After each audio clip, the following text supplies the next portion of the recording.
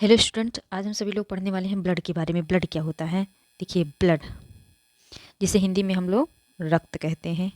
ठीक, ब्लड जो होता है वो एक फ्लूइड कनेक्टिव टिश्यू होता है, मतलब तरल संयोजी ऊतक। Fluid connective tissue, connective tissue.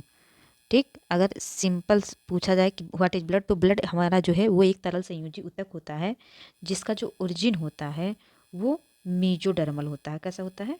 Mesodermal origin, mesodermal origin.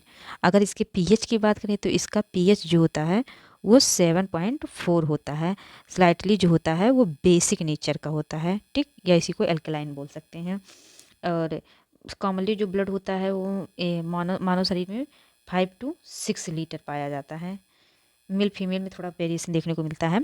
अगर इसका जो टेस्ट होता है, ब्लड का जो स्वाद होता है, ये हल्का नमकीन होता है, मतलब साल्टी होता है। और अगर हम लोग बात करें कि ब्लड में कितने पार्ट होते हैं, ब्लड को अगर हम लोग स्टडी करें तो इसके मेनली 2 पार्ट होते हैं। एक तो होता है प्लाज्मा, जो पानी वाला भाग होता है उसको हम लोग प्लाज्मा कहते हैं। दूसरा जो होता है कार्पस्कल्स।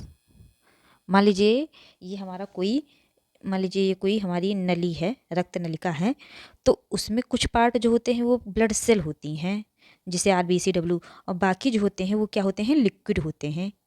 और बाकी जो होते हैं वो क्या होते हैं? लिक्विड होते हैं, जो हमारे रक्त नलिका के अंदर बहते रहते हैं। तो अगर इसमें से ये जो सेल कोशिका है, ये कोशिकाएं जो हैं, कार्पकल्स कणिकाएं जो हैं, इनको बाहर निकाल दे, और ये जो पानी वाला भाग बचेगा उसको हम लोग क्या बोलेंगे? प्लाज्मा बोलेंगे। क्या बोलेंगे? प्लाज्मा बोलेंगे। देखिए, अगर हम लोग पहले स्टडी करें कि प्लाज्मा क्या होता है, तो प्लाज्मा जो है वो ब्लड का लिक्विड पार्ट है। Liquid part of blood is called plasma. ठीक, लिक्विड पार्ट। दूसरा जो होता है ये लगभग 90% इसमें क्या होता है? वाटर होता है। 90% इसमें वाटर होता है।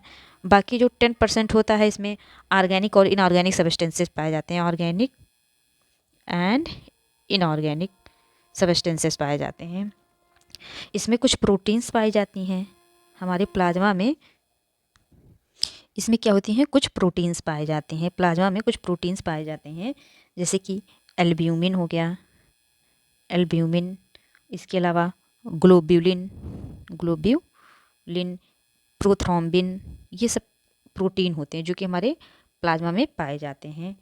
फाइब्रिनोजिन हो गया, फाइब्रिनोजन।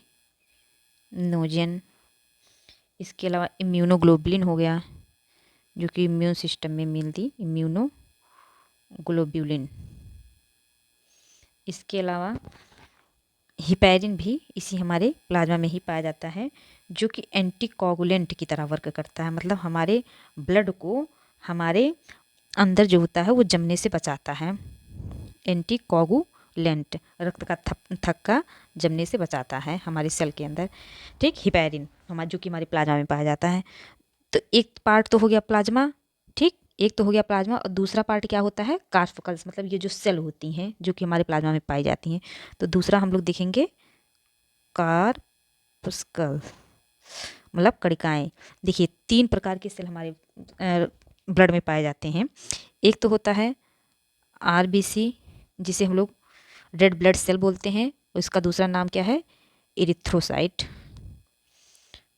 दूसरा जो है वो WBC, वाइट ब्लड सेल। इसका जो दूसरा नाम है ल्यूकोसाइट, जो कि हमारे मेनली इम्यून सिस्टम में वर्क करता है। तीसरा जो है प्लेटलेट्स, जिसे हम लोग क्या बोलते हैं? Thrombocytes, thrombocytes. ये ब्लड क्लॉटिंग में मेनली जो होता है, ये ब्लड क्लॉटिंग में हेल्प करता है।